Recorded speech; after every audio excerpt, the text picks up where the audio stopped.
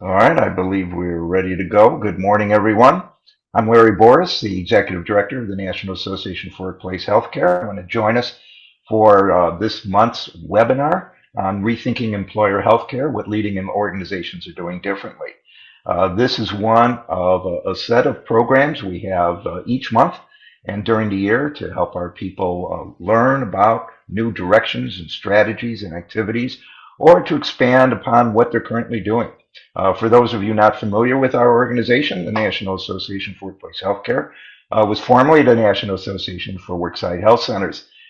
We are an organization of employers, providers, clinic vendors, wellness vendors, benefit consultants, etc., all the stakeholders involved in offering primary care, chronic disease management, and multitude of other services at or near the worksite.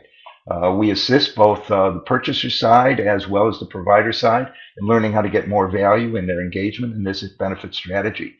This is one of, as I said, of multiple educational programs, networking, benchmarking services, purchasing support, and we also have a clearinghouse of information on here. So please visit our website at NAWHC to learn more about the organization. We have some upcoming programs coming. Our first Monday roundtable will be on engagement and utilization, how to get more value from getting people into the door of your worksite center. Later in June, we'll have a session on occupational health service, and we'll be joining World Conference Forum in Chicago for their in-person on-site employee health and wellness conference. Today's program, we're pleased to have three speakers. Andrew Murphy, Head of Customer Success at Resilient Health, Stacy Harrell, Human Resource Director at Cosmos Corporation, and Sean Sievers, Human Resources Director for the Missouri Farm Bureau. So with that, please, if you have questions, I will be going around the table at the very end of this session, asking you individually for comments and questions. But if you want to put in a question, please click it in on the chat or the Q&A box, whichever you have at the bottom of your screen, and we'll get to you at that point. This will be recorded, so you don't need to take copious notes, and it will be made available to all of the registrants. So with that, I'm going to turn it over to Andrew to have our program. So Andrew, I'll turn it over to you, and if you'll start sharing, we'll just do that, go from there. Andrew, take yourself off mute. There we go. Well, perfect. Thank you, Larry. I appreciate the introduction there. So as you mentioned, we've got some excellent guests with us today. So joining us today are two organizations that have been very intentional about improving healthcare access and simplifying the employee experience. So as you mentioned, we have Stacy Harrell and Sean Sievers, who both represent two customers of Resilient Health. So thank you both for being here.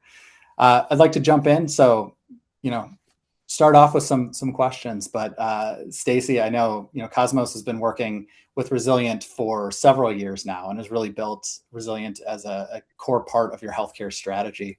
So before we get into a lot of the discussion about outcomes and engagement, can you give everyone a quick overview of Cosmos Corporation and what challenges originally pushed you to rethink your healthcare delivery? Yes, and again, thank you so much, Andrew, for having me today. Cosmos Corporation manufactures and distributes liquid pet products. We are in over 70 different countries around the world. Our employees are located at our headquarters in O'Fallon, Missouri, as well as throughout North America.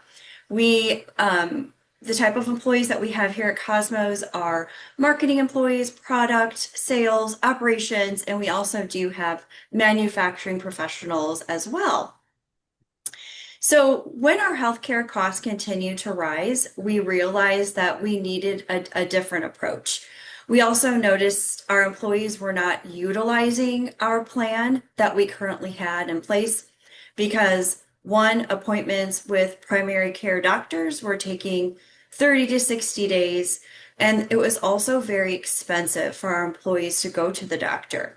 So as an employer, we knew that we had to find another solution. We knew that we had to offer quality health care for our employees, but it also needed to be affordable health care for not just our employees, but also for our company as well. So those were the challenges that we were facing when we reached out to our broker. Excellent. Excellent. Well, I appreciate that overview, Stacy. I think that's really helpful in kind of understanding what drove Cosmos to really rethink your healthcare strategy. Uh, Sean, thank you so much for joining us as well. Missouri Farm Bureau is a little earlier in the journey. You've recently just launched with Resilient, but we're already seeing some really encouraging trends early on. Can you talk a little bit about Missouri Farm Bureau as well as some of the challenges that you were looking to solve as you were evaluating a primary care model for your team? Sure, Andrew. Again, thank you for having me on. Resilient has been incredible to our organization so far, and we're what 5 months in. Missouri Farm Bureau, we're two pronged. We have a federation aspect of our organization that takes on the issues that are pertinent to agricultural farmers, ranchers in the state of Missouri. We're also affiliated with American Farm Bureau, which every state in the union has a state silo of Farm Bureau. So we represent Missouri naturally, and then we also are a P&C insurance company, which help funds the political action side of us. So that's Farm Bureau in a nutshell. What drove us to Resilient? We have employees and offices in every county in the state of Missouri, so that's 120 plus. So providing or getting our employees adequate health care has been cumbersome and quite frankly impossible, so to speak. Uh, when I saw the resilient model through our broker as well, the rural workforce was a major consideration, and getting primary care to our employees in the rural workforce has been difficult. So this is solving that problem as well. Specialist access, even in some of our more populated cities in the state of Missouri.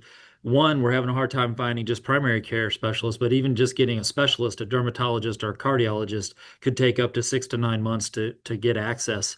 And just frankly, we just didn't like that and expected better time.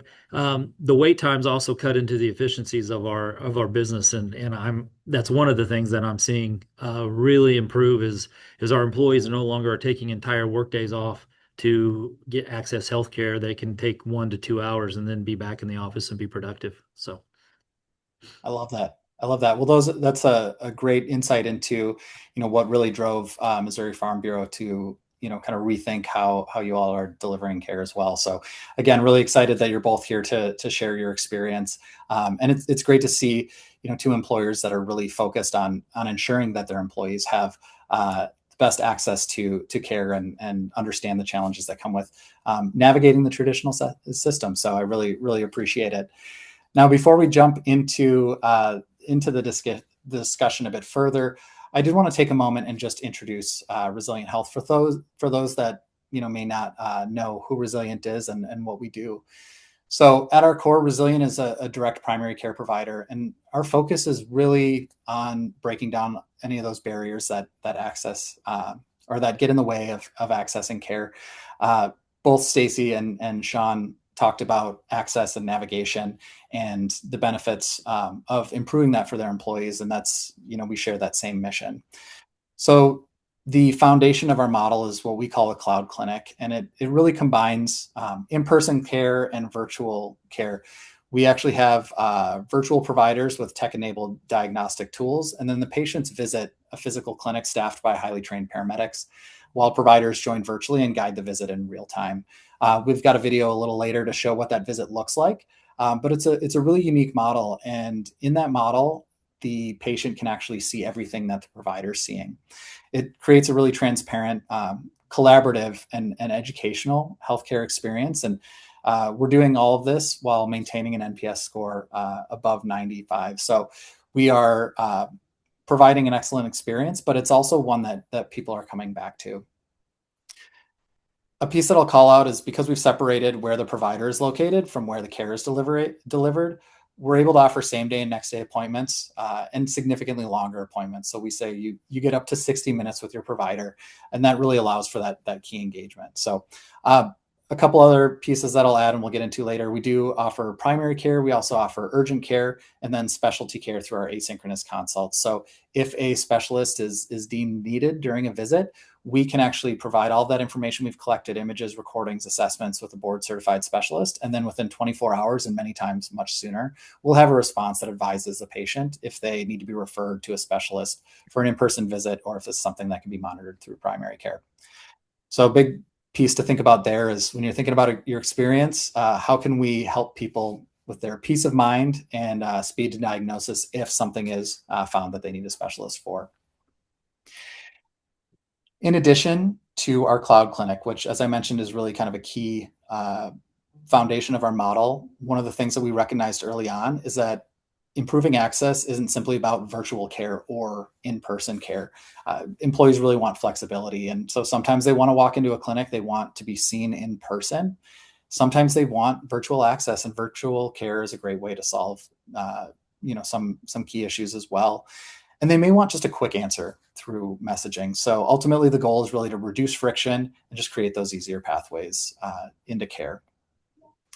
So as we think about these ways to really get into the point where employees can access care, I turn to you, Sean, and you touched on it a bit, but when you think of flexibility and speed to access, it sounded like that was a really, really important topic. Can you share a bit more about speed to that primary care access? Well, before you can even get to speed to access, you have to find somebody that you can access, the people have a hard time believing me sometimes. Is we're located in Jefferson City, Missouri. We're 30 miles south of the University of Missouri, which is a large teaching hospital and health system. And quite frankly, people in Columbia, Missouri and Jeff City, Missouri have a hard time finding a primary care physician. They're just not available. Mm-hmm. So access is the first one. And then once you get access, do you have speed to access? And that's what Resilient brings to the table. Because once you get access in the traditional care here, we were finding again, people have to take 1 to 2 days off just to go see a physician. Now we've taken care of that issue, as well as our health plan before Resilient. We had a high use of emergency room and urgent care, which drove up our costs, which we are seeing trending down now as our employees become more familiar with using Resilient. So I would say, just point blank, having access all across the state, much less in our rural areas as well. That was a huge driving force.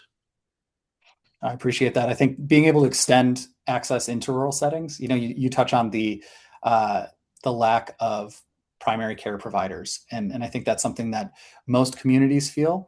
We're just at such a shortage for primary care providers, but especially in rural settings, that's somewhere that we're really seeing that shortage. So being able to provide that access initially virtually, but also with people being able to come into a cloud clinic, I think is critical. As we look at that, Stacy, you've obviously been with Resilient much longer, and we've seen a ton of engagement through your organization.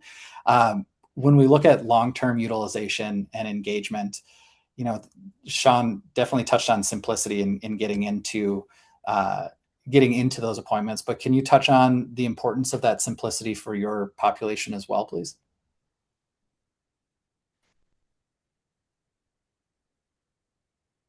Oh, Stacy, I think we got you on mute there.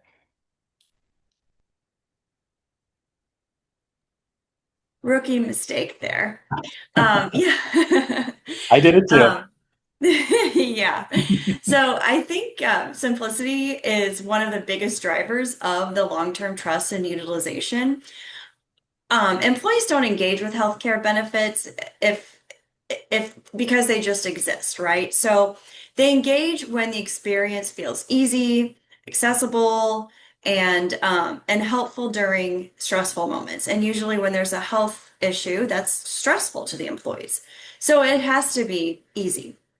So one thing I've learned at Cosmos is that if employees have to figure out a complicated healthcare system on their own, utilization drops, and frustration increases. Resilient helped simplify this experience with the easy scheduling, the fast access to the care that they have, and again, with the virtual option that you talked about earlier, seeing the provider at the same day and having the option of either going to the cloud clinic or actually being able to see their doctor virtually. And seeing that same provider every single time, not a different provider every time. And that has really been key. And then from an employer perspective, simplicity also helps us reinforce the message internally. If our leaders and our HR team can clearly explain how to use the benefit in plain language, adoption becomes much more natural to our workforce. And ultimately, simplicity creates the confidence, and that confidence is what has turned the healthcare offering from a benefit on a piece of paper to into something employees genuinely value and they actually use. I love that. I love that. And you talked about adoption. One thing that I'll call out. We just had our QBR with you about a week or two ago, and I think we saw about 58% of the population has had at least one visit with Resilient. If we look back in the rolling last 18 months or even 12 months, we're still close to or above 40% there. And so I think it's a real testament to the ability to drive that engagement and adoption. Stacey, as you mentioned, simplifying and then explaining it in clear language is critical, and I think your team has done an excellent job with that as well.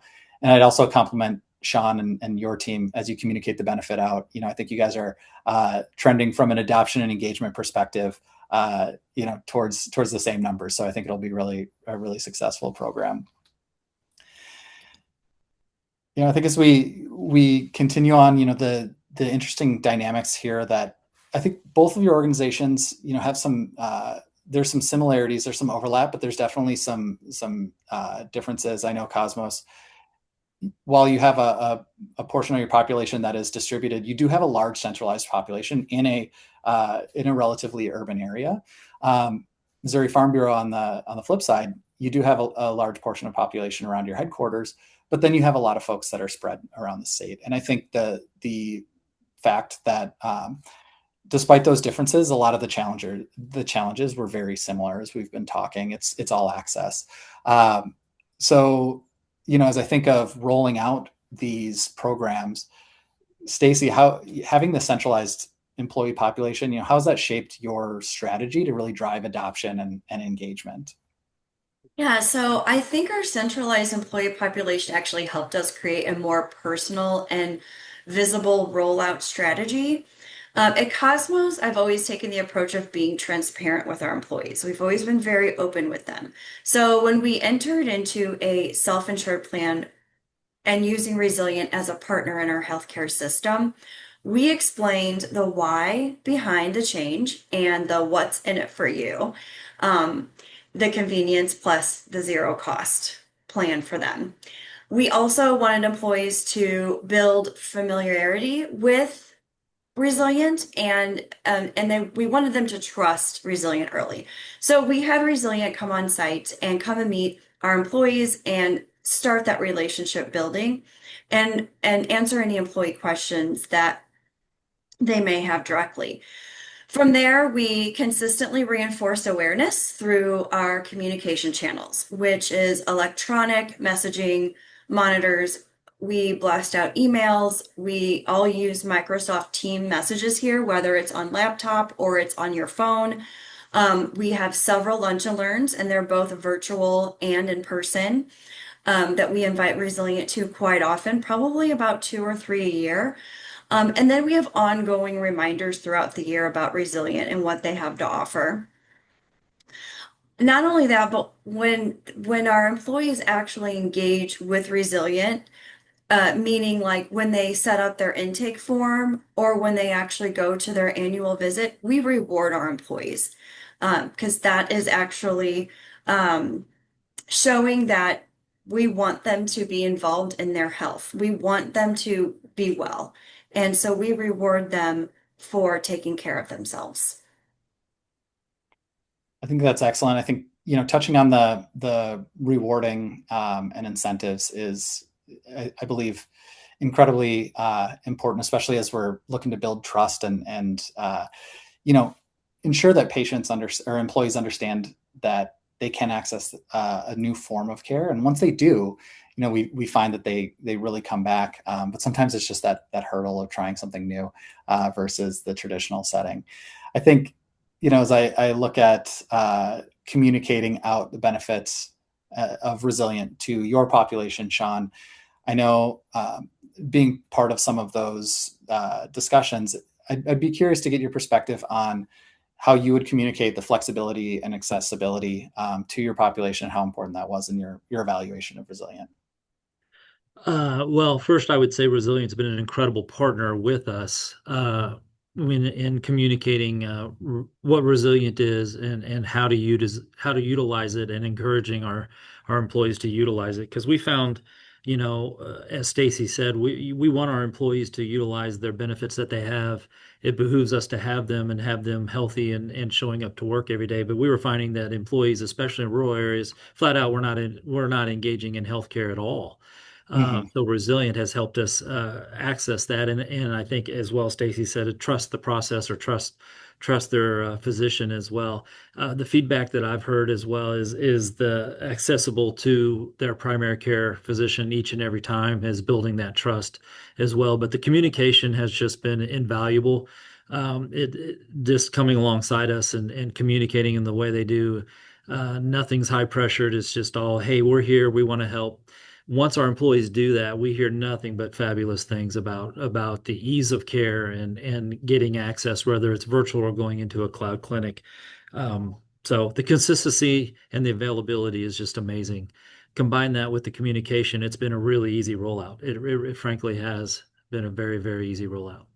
I love to hear that, and I think uh, I love that you credit that to us. I think we would credit the same to you, and same with Stacey. I think the partnership there, though, when you're really working to, when we're partnering close with you, when you're partnering close with us, and helping us understand how the communication channels really best fit uh, your population. I think that was very helpful in being able to communicate that message out.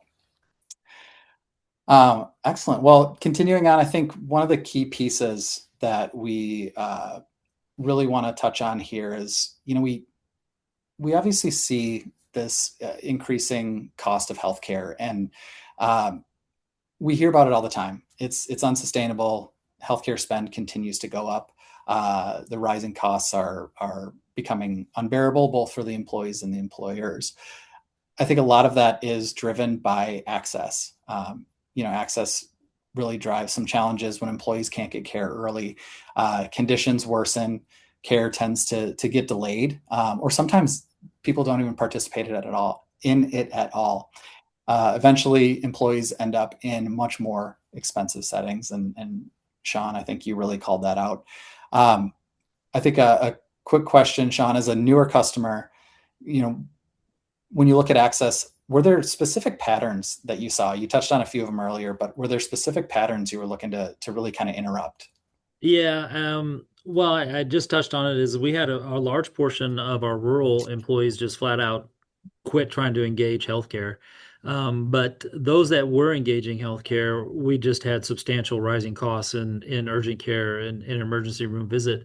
And frankly, because that's the only place they could find care. It's getting that dire sometimes out there Mhm. in certain areas of the state. So that's expensive and we are as well self-insured. So Resilient's been a fabulous bolt-on to our healthcare. And frankly, what I would say too is those employees that have engaged with Resilient and need further care, the care coordination is been fabulous. So I think delayed care or even the inability to access care is the main thing as I look back hindsight that we fixed, but also we are lowering our costs because those that were utilizing the emergency room and urgent care was fantastic. And again, we were having a hard time finding just primary care physicians, much less Mhm. the specialists, and just the access to the specialists is just amazing that we have now. And I can see our employers are actually happier employees as well, and more engaged. Oh, I love to hear that. I think as I think back to early conversations with Stacy as we, kicked off the relationship, I think you saw some similar trends as well. I think if you could just share a little bit about some of the utilization behavior you saw early on as well, and how this better access has begun to actually change some of that.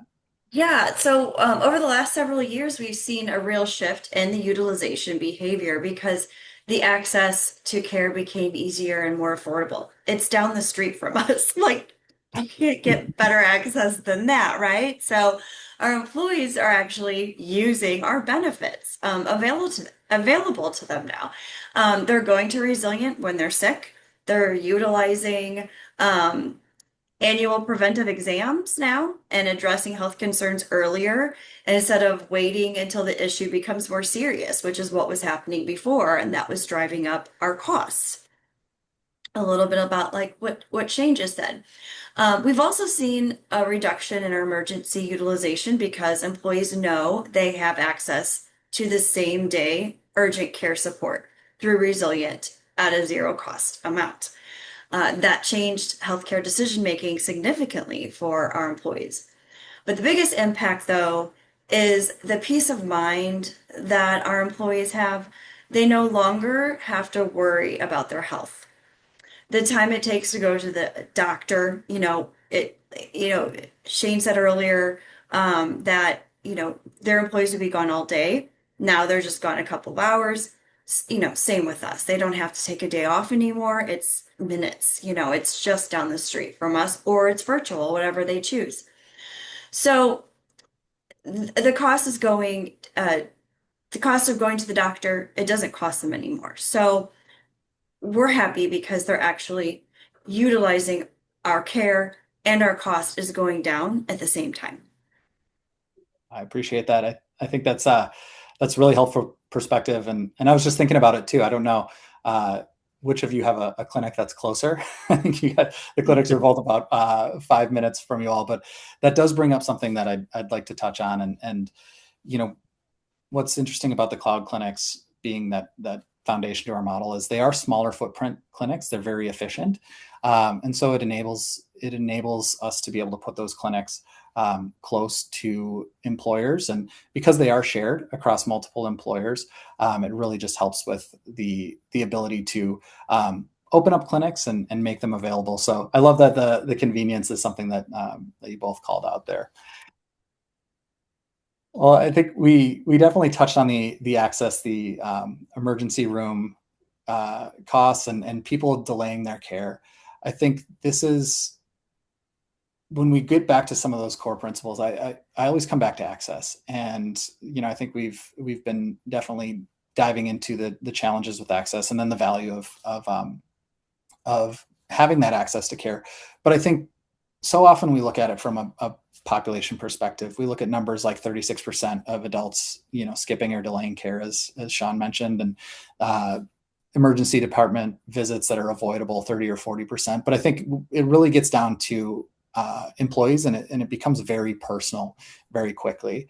I think when employees struggle to access care today, it does have an impact on their lives and their work life as well. I think you both started hinting at that, but if we could touch a little bit about, what does that look like operationally and personally for your employees when they are having those challenges with access, and then when they do, when they are able to access care, what does that look like a little more? I think maybe Stacy, I'll kick it to you to start.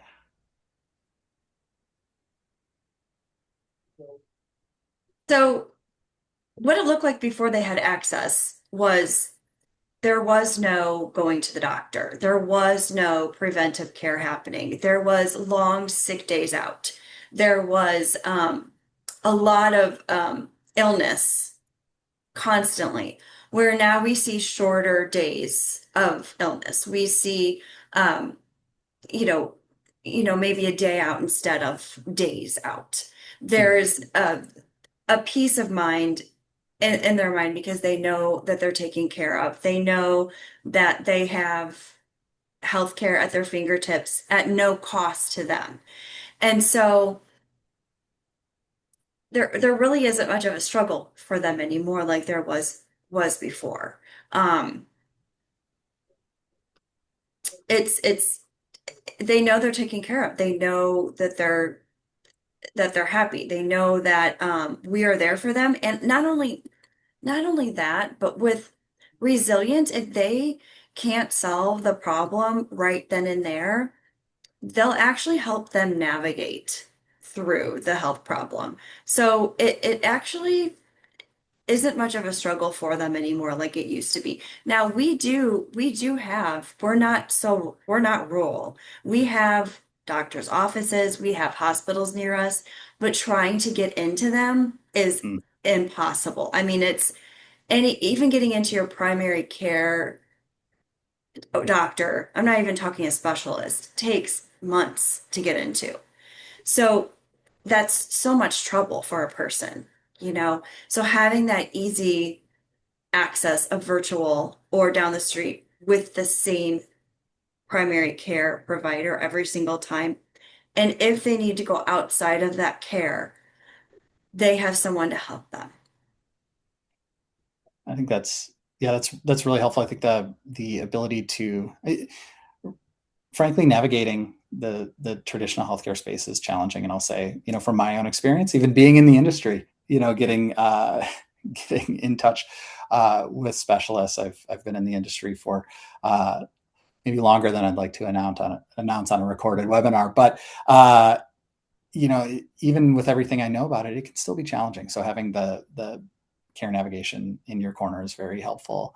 Sean, I'd be curious if you have any thoughts or anecdotes as well about what the lack of access or the struggle looked like operationally and personally with some of your employees. Yeah, I think Stacy did a really nice job of quantifying that. I would just add, those of us that could access in the traditional sense our primary care providers or even some of the specialists, you might get a 10-minute visit after waiting months and months to get in to see the primary care physician. You might get 10 minutes, and you're lucky if you do. Now you're getting an hour, our employees are just coming back and knocking on my door in my office and just astounded, say, I just had the most thorough visit with a provider that I've ever had. But I think the positive cultural impact that we've seen, that one solves the problem of accessing healthcare, is giving our employees peace of mind. They can take care of their family as well. And their family is taking care of it, not just the employee, but the family. And that is just starting to change our culture a little bit. We've always been pretty family centric. But now I think the employees are starting to feel like, the powers that be maybe are walking the walk that they're talking about. So I think that's helping in a long way. So I just can't speak highly enough of that. It's just been a positive experience. Oh, that's great feedback. I think um, being able to take care of employees and their family is important as well. So I failed to mention it earlier, but we are available to employees, dependents, and then any dependents ages 7 and up for urgent care or back to school wellness checks, and then we can do modified wellness checks for children ages 12 and up. So being able to get the family in for care is important. Great call out there, Sean.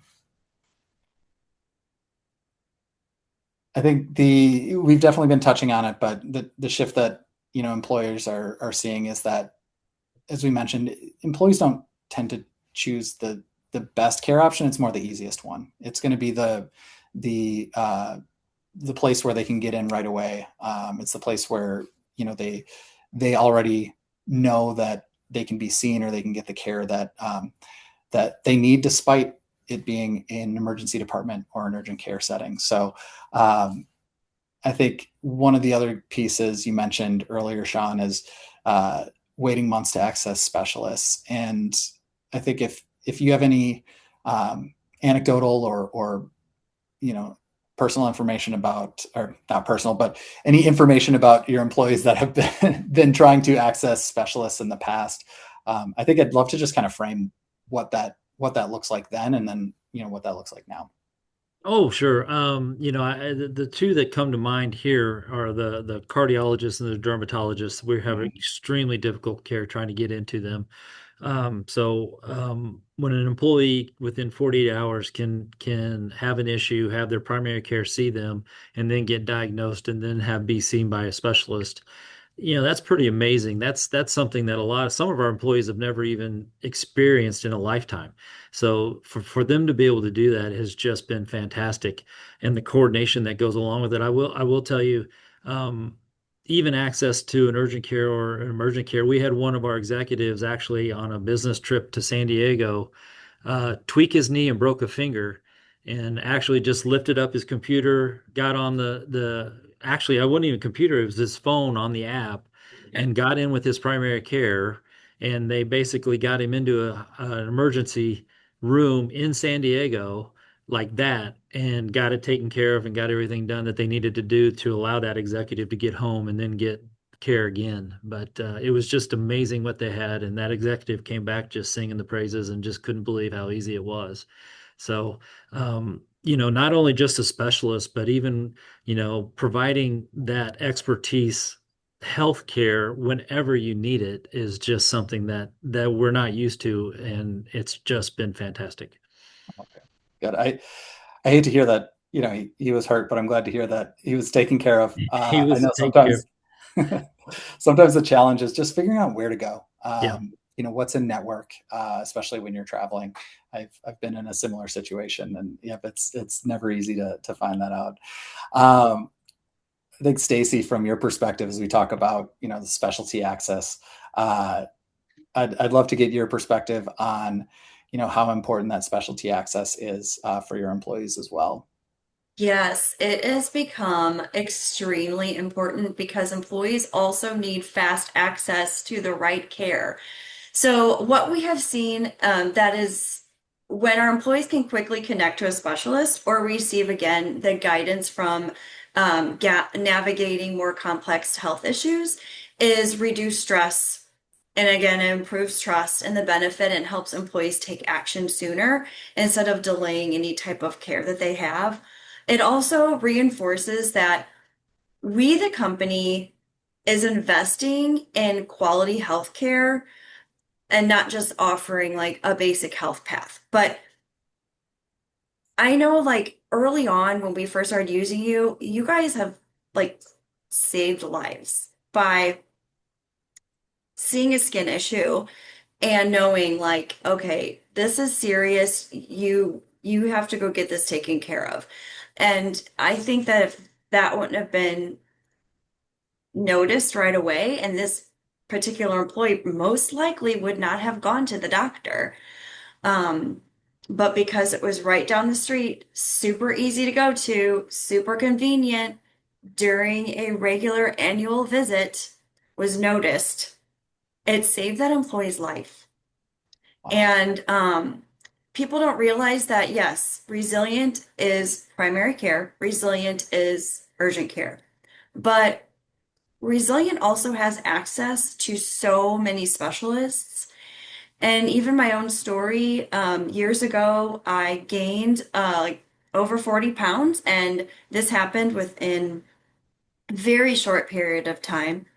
I couldn't figure out why, and I did all the things I was supposed to lose weight, and I couldn't.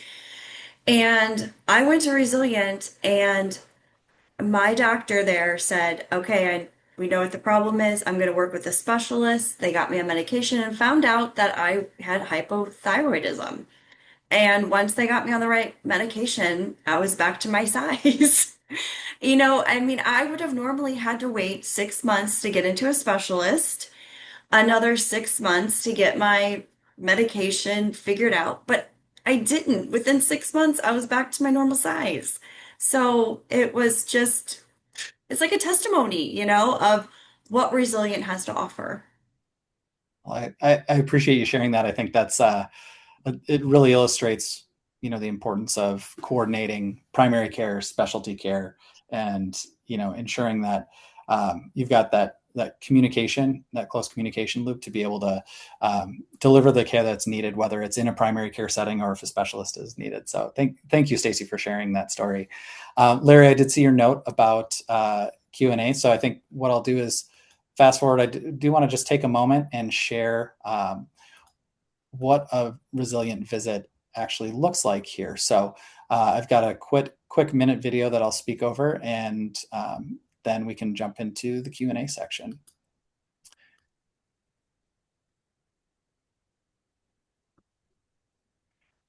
All right. So we talk about, our cloud clinics being a foundation. So as a patient walks in to our clinic, they're immediately greeted by one of our paramedics. From there, the time from the front door to the exam is about 2 to 3 minutes. They're going to take some quick vitals and then get you in the physical exam. There's no waiting room. There are no other patients that you're sitting next to that may be coughing or not feeling well. And then that paramedic is there as the hands of the doctor, and the provider comes in virtually there. The paramedic is going to conduct a very thorough exam. And what's really cool about it, as we can see here, is anything that the provider and the medic are seeing, the patient's seeing as well. So we saw that example of someone looking in their ear. That's kind of that aha moment. No one's looked in their ear in real time, but it enables our providers to talk to the patient about what's happening and actually show them.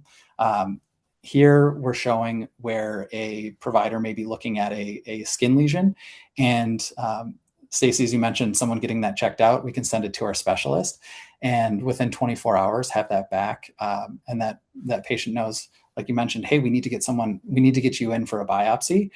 This looks serious, or it's not serious. We'll continue to monitor it. But if you think of a traditional setting, if you get a referral about a specific skin lesion or a specialty type condition, I know in my mind, I'm starting to go to worst case scenarios. So the peace of mind is really helpful there.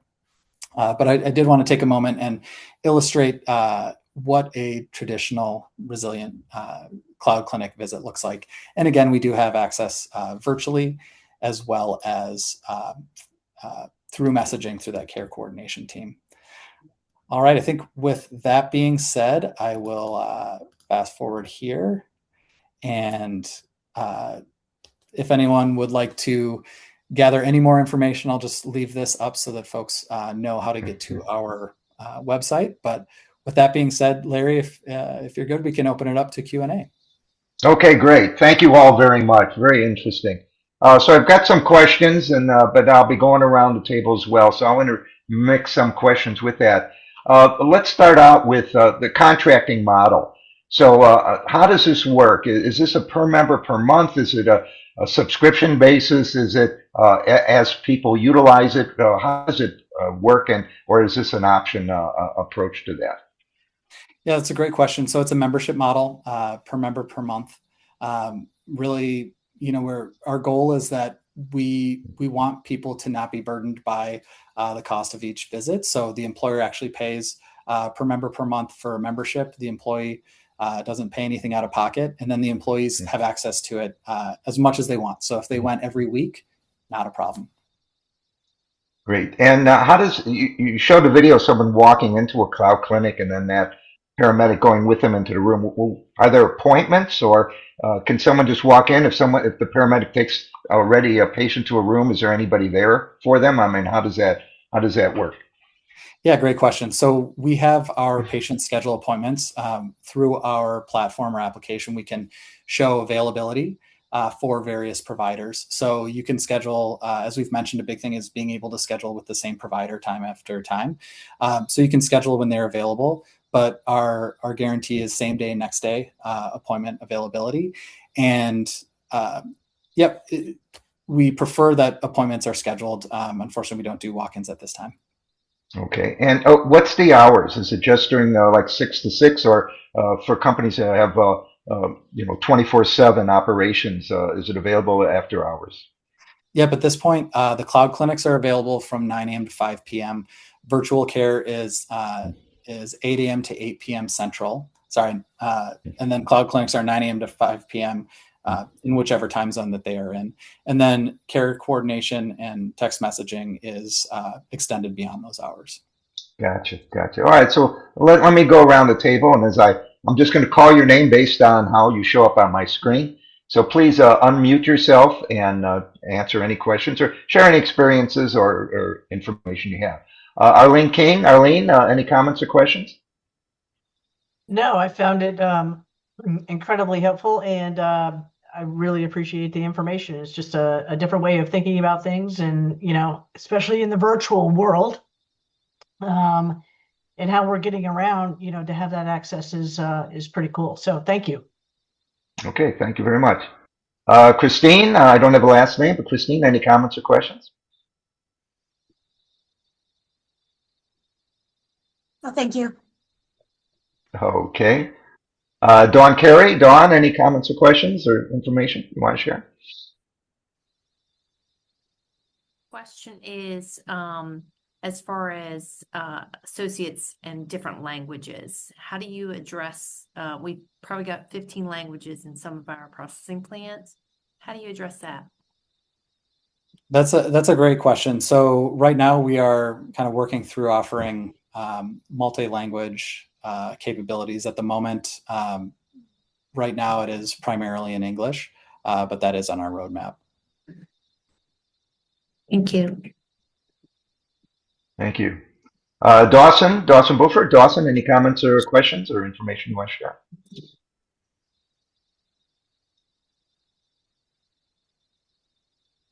Could you, Andrew, he posted, could you talk about your NPS score and how that works? Yep. So our NPS score is right around 95 at the moment across our whole book of business. We, after every visit, a patient is prompted to take an NPS survey. Within that survey, it's rating the experience on 1 to 10 in a traditional NPS framework. So 8, 9, and 10 being promoters, 1, 2, and 3 being detractors. So what's interesting as well is beyond just the rating system, we also gather feedback. With that feedback, what we originally thought was that a lot of the feedback was going to be about the technology. A lot of it was going to say, things like, hey, I didn't expect to see my own ear in person or something like that. What actually comes back is a lot of feedback about the experience being easy, convenient, and helpful. The tech rarely comes up, which I think is a good sign about technology. If some of the best technology just kind of fades off into the background and it's just there, right? So long answer to your short question, NPS is around 95, and we continue to really strive to maintain that high NPS. It's kind of our North Star because we want to make sure that the patient experience is exceptional. Great, thank you. And any other questions, Dawson? Yeah. Okay. Well, tied to that, Stacy and Sean, let me ask you, what kind of measurements or performance requirements or guarantees even do you get from Resilient? What are you looking for to demonstrate the value of your investment? So every quarter we meet with Resilient and they tell us what our utilization score is. So we meet with utilization and why they're going. What is the purpose behind the visit? And in fact, early on, we found out that there was a big problem with mental illness in our facility. And we were so thankful for that information. So they've really become a partner to us. And because they gave us that information, we ended up partnering with another healthcare ecosystem partner that is centered around mental wellness. And so they tell us what's happening with our employees, with our workplace. They tell us, this is what's happening, this is what they're struggling with, and this is your utilization rate. And so,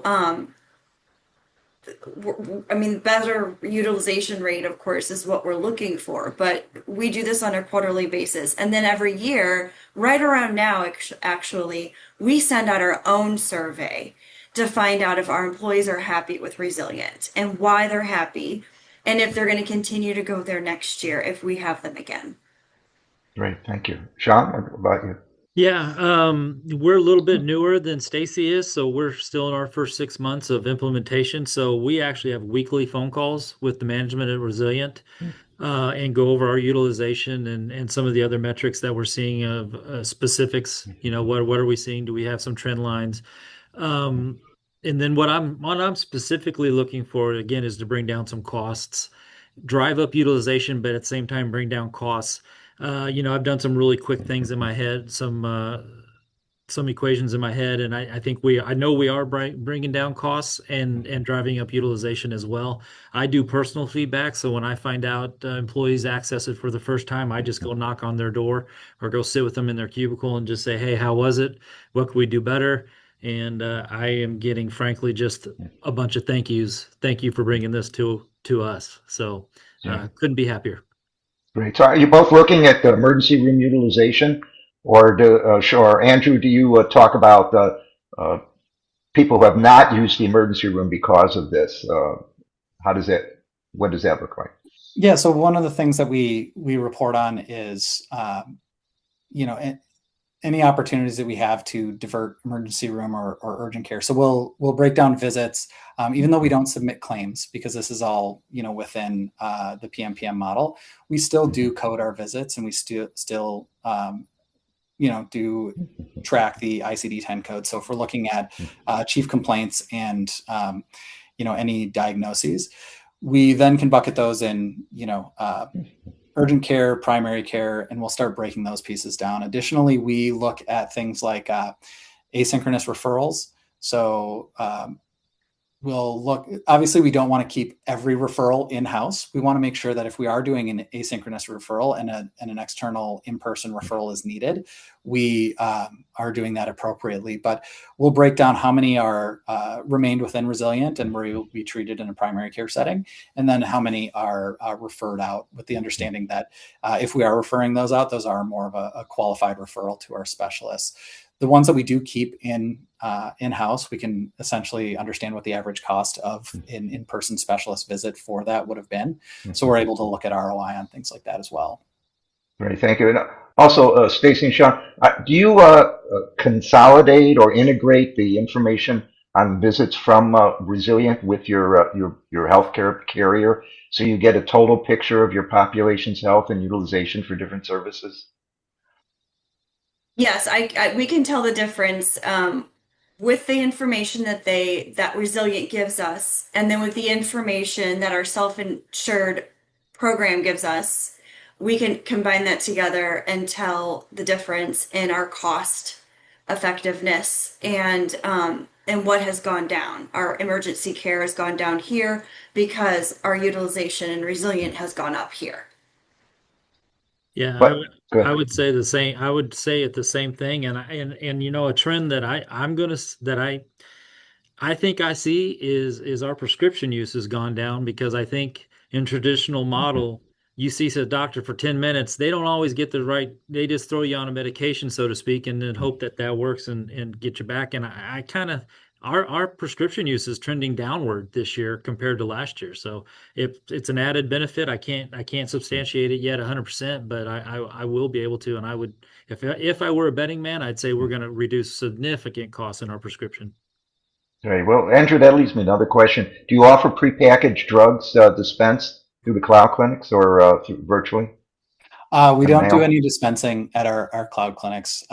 We've looked at that model, but ultimately, you know, there are pharmacies on every corner, and so for us to be able to, you know, write a prescription and you know, work with our care navigators to find the pharmacy that's A, in network, and B, you know, close and convenient for the patient, we found that is more than sufficient. One piece that I'll call out is, you know, our care coordinators, our care navigators have access to all of our customers' benefit plans.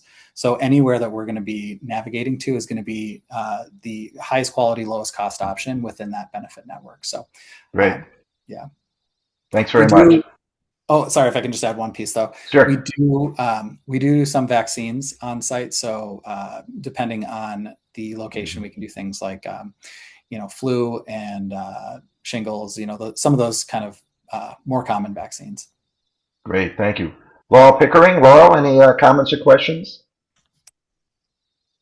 I have a comment. I am a Resilient member, and Excellent. it's an excellent primary care practice, and it does all the things that have been presented. So I'm giving an endorsement. I highly recommend it.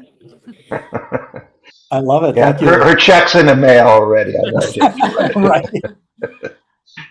No, thank you for All that. right. So, thank you, Laurel. Sonal, any comments or questions? Hi, can you hear me? Yeah, Yep. go ahead.